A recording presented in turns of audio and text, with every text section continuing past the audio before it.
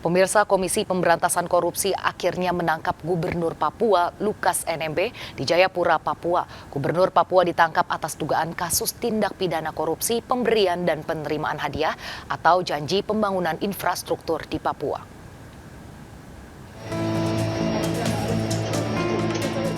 Gubernur Papua Lukas NMB akhirnya ditangkap oleh Komisi Pemberantasan Korupsi KPK.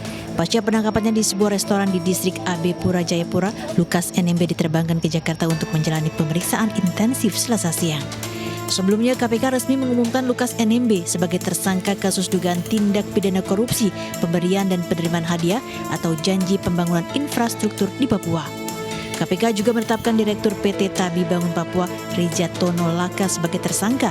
Rijatono sepakat untuk memberikan fee 14% dari total nilai kontrak yang didapat setelah dikurangi pajak.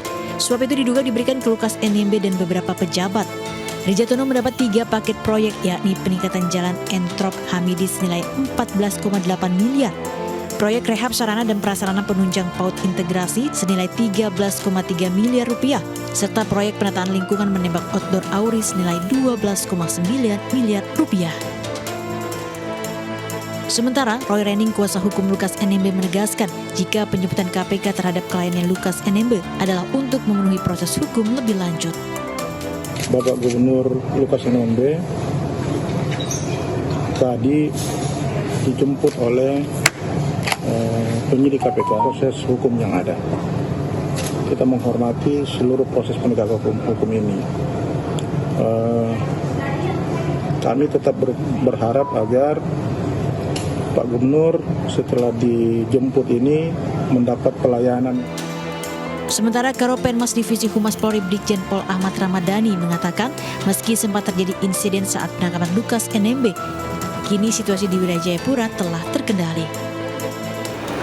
Menjaga agar proses penegakan hukum yang dilakukan oleh penyidikan KPK dapat berjalan aman, dan juga menjaga situasi di wilayah tersebut aman.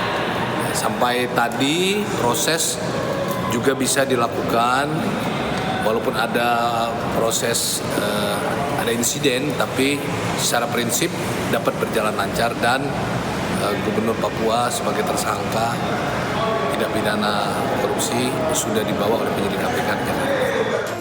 Gubernur Papua Lukas NMB sebelumnya ditetapkan tersangka oleh KPK pada 5 Januari 2023 lalu.